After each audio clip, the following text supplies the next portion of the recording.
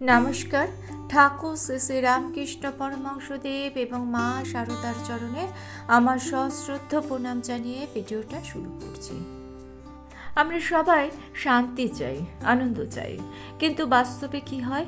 বাস্তবে দিনের পর দিন অস্থিরতা, দুশ্চিন্তা, ভয় আমাদেরকে গ্রাস করে নেয়।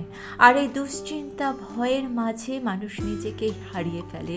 আর ঠিক তখনই প্রশ্ন আসে যে এই দুশ্চিন্তা, ভয় থেকে কি আমাদের কোনো মুক্তি নেই, যা আমাদের মনে শক্তি দেবে, শান্তি দেবে, আমাদের পথ দেখাবে? হ্যাঁ, আছে, উপায় আছে, এবং সেই উপায় ভীষণ সহজ এবং সরল। এর জন্য মন্দিরে গিয়ে মাথা কুটতে হবে না, দিনের পর দিন, ঘন্টার পর ঘন্টা না খেয়ে ঠাকুরের সামনে বসে থাকতেও হবে না। কি করতে হবে? চলতে ফিরতে রাধা কৃষ্ণের নাম স্মরণ করতে হবে। এটা কোনো সাধনা নয়, এটা কোনো নিয়মও নয়, এটা হৃদয়ের আরতি। এই দুই নাম একসাথে উচ্চারণ মানেই প্রেম, বিশ্বাস, সমর্পণ আর মুক্তি। এখানে মনে প্রশ্ন আসতেই পারে যে রাধা কৃষ্ণের নামের মধ্যে কি এমন আছে যার এত মাহাত্ম্য?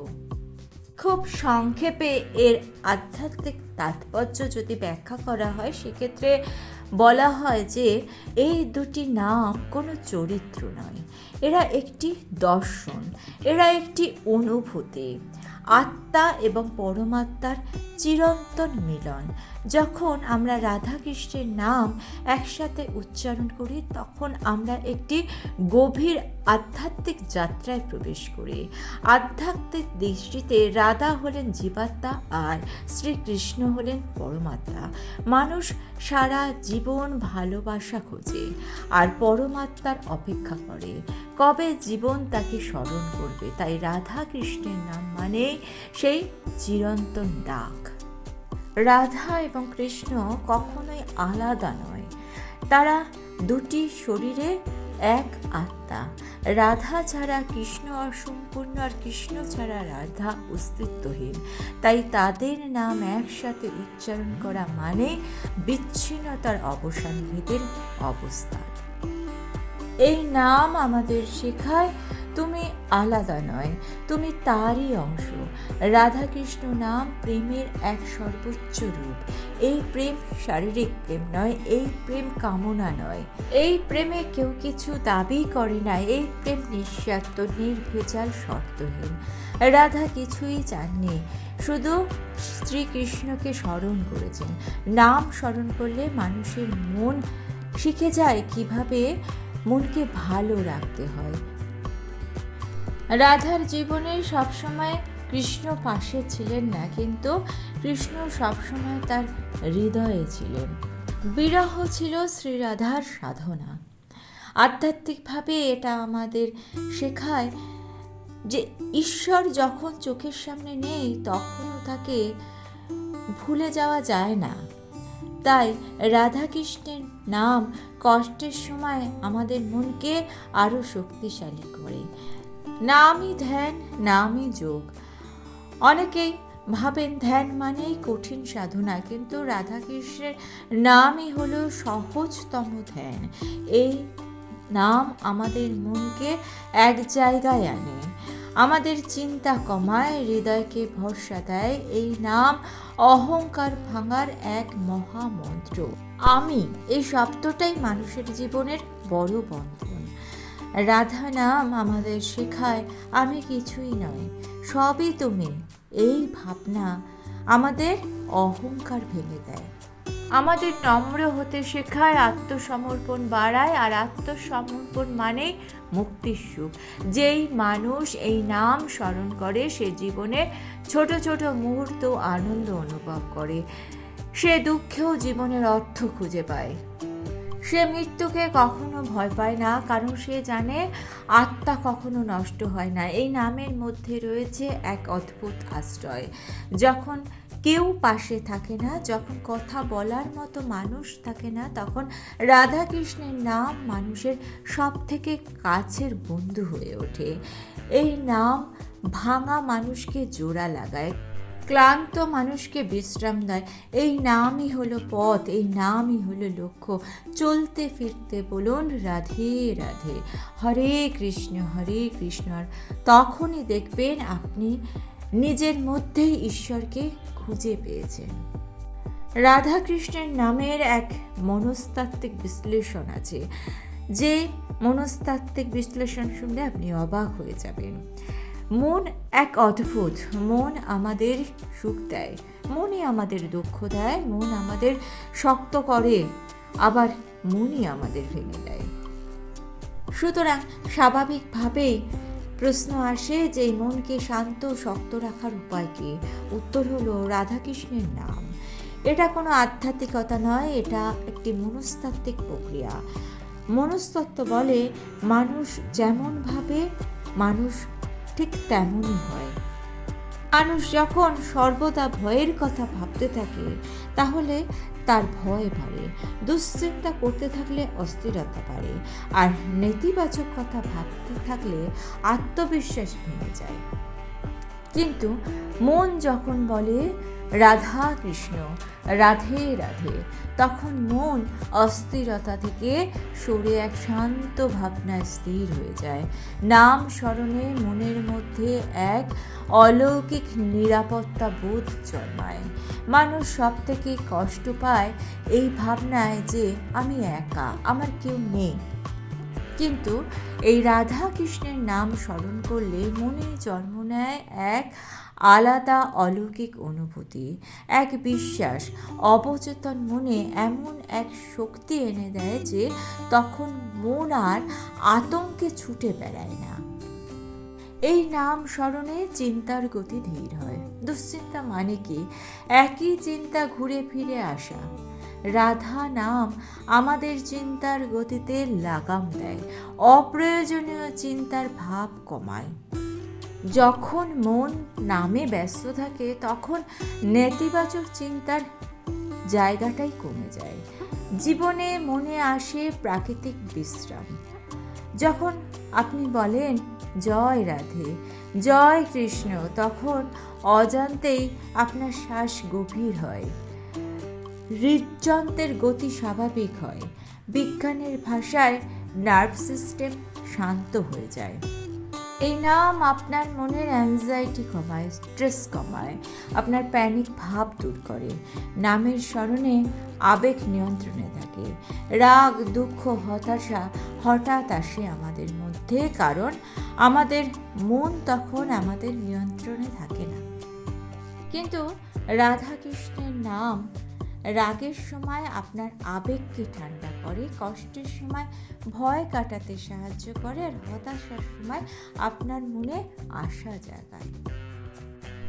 রাধা কৃষ্ণের নাম স্মরণ করলে আপনার মনে এমন এক বিশ্বাসের শক্তি উৎপন্ন হবে, যেই বিশ্বাস আপনাকে বিপদের সময় ভাবাতে পারবে যে আমি চেষ্টা করব, বাকিটা ঈশ্বর দেখবেন। আর এই ভাবনাই অতিরিক্ত চাপ কমায়, আপনার মনকে শান্ত করে, আত্মবিশ্বাস বাড়ায়। আমাদের মন তখন হালকা হয়ে যায়। মনের সবচেয়ে বন্ধু রাধা কৃষ্ণের নাম। এটি একটি ধর্মীয় বিশ্বাস নয়, এটি একটি মানসিক আশ্রয়।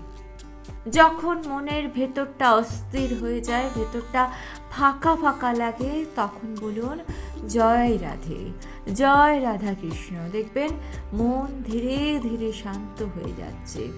শান্ত মনই হচ্ছে সুস্থ জীবনের প্রথম ধাপ।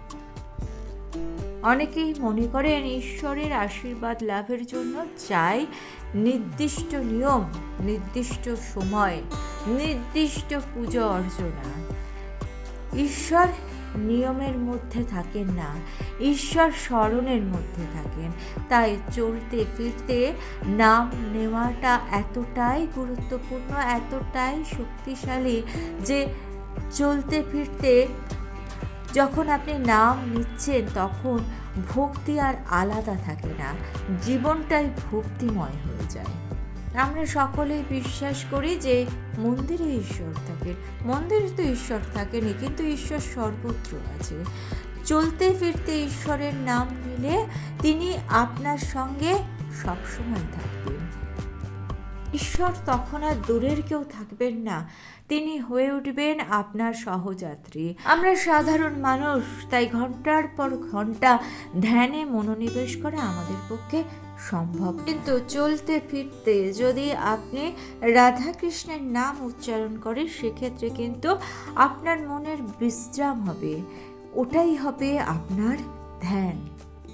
তাই হাঁটতে চলতে কাজের ফাঁকে বলুন জয় রাধে জয় কৃষ্ণ। এই ছোট ছোট মুহূর্তগুলোই আপনার মনের চাপ হালকা করবে, আপনার মনের চাপ কমাবে, মনের টেনশন, অস্থিরতা সমস্ত কিছুকে আপনার মন থেকে দূরে সরিয়ে দেবে। চলতে ফিরতে এই নাম নেওয়ার যদি অভ্যাস হয়ে যায় একবার, তাহলে মন নিজে থেকেই নামের মধ্যে ফিরে আসে। এটাই হচ্ছে সবথেকে বড় শক্তি। রাধাকৃষ্ণের নাম তখন আপনার জীবনে অভ্যাস হয়ে যাবে, আপনার আশ্রয় হয়ে যাবে। দিনে একবার নয়, ঘন্টার পর ঘন্টা নয়, হাঁটতে হাঁটতে, কাজ করতে করতে মনে মনে বলতে থাকুন জয় রাধে জয় শ্রীকৃষ্ণ। দেখবেন এই নাম আপনার জীবনের পথে একটি আলোর দিশা হয়ে ওঠে। ভয় মানুষের জীবনে সবথেকে গোপন শক্তিশালী শত্রু। এই ভয়কে দেখা যায় না, কিন্তু ভেতর থেকে মানুষকে দুর্বল করে দেয় এই ভয়, মানুষকে ব্যর্থ করে দেয়, মানুষকে একা করে দেয়। ভয় মানেই নিয়ন্ত্রণ হারানোর অনুভূতি। মানুষ ভয় পায় কারণ সে ভাবে আমি পরিস্থিতি সামলাতে পারবো না। রাধা নাম মনে করিয়ে দেয় তুমি একা নও। রাধাকৃষ্ণের নাম স্মরণ করলে আমাদের মনে সাহস বাড়ে। যখন আপনি স্মরণ করবেন জয় রাধে জয় কৃষ্ণ, তখন আপনার অবচেতন মন ভাববে আমি নিরাশ্রয় নয়, আমি আশ্রয়ে আছি। যে মানুষ নামে ভরসা রাখে সে এইরকমভাবে ভাবে যে আগামীকাল কি হবে আমি জানি না, চিন্তাও করি না, কারণ ভগবান আমার সঙ্গেই আছেন। এই ভরসাই আপনার অস্থিরতা কমায়, মনকে হালকা করে আর মনকে স্থির করে। ভয় মন থেকে কখনো চলে যেতে পারে না, কিন্তু রাধা নাম উচ্চারণে ভয়কে জয় করা যায়। তাই মনে মনে বলুন জয় রাধে। দেখবেন ধীরে ধীরে আপনার মনের ভরসা বেড়ে যাবে, ভয় কেটে যাবে। আজকাল মানুষ বড় একা হয়ে পড়ে, কারণ কি বলুন তো, আজকালকার দিনে সম্পর্কগুলো খুব সহজে ভেঙে যায়। ভুল বোঝাবুঝি, অহংকার, অতিরিক্ত প্রত্যাশা, এই সব কারণে আমাদের সম্পর্কগুলো আস্তে আস্তে ফিকে হয়ে যায়। রাধাকৃষ্ণের নাম, রাধাকৃষ্ণের প্রেম আমাদের শেখায় যে প্রেম কোনো দাবি নয়, কোনো শর্ত নয়। তাই এই রাধাকৃষ্ণের নাম স্মরণ করলে মানুষ বুঝতে পারে আমিও নিখুঁত নই, সব কথা সবাইকে বলা যায় না। এই যে নম্রতা, এই যে নিজেকে বোঝার ক্ষমতা, এটাই মানুষকে ক্ষমা করার জন্য শক্তি দেয়। অতিরিক্ত প্রত্যাশা থেকে মানুষ বেরিয়ে আসতে পারে। যখনই প্রত্যাশা থেকে বেরিয়ে আসবেন, তখন ছোট ছোট পাওনাগুলোকে আপনি গুরুত্ব দিতে শিখবেন, আর তখনই দেখবেন যে সম্পর্কগুলো আপনার কাছে আর বোঝা হয়ে যাচ্ছে না। আর এই রকমভাবে যখন আপনি আপনার মনকে একটা জায়গায় নিয়ে যেতে পারবেন, তখন দেখবেন আপনার মন স্থির হয়ে যাচ্ছে। আর মন যখন স্থির হয়ে যাচ্ছে, তখন কিন্তু যে কোনো কাজে আপনি সাফল্য লাভ করবেন। তাই হাঁটতে হাঁটতে, কাজ করতে করতে বলুন জয় রাধে।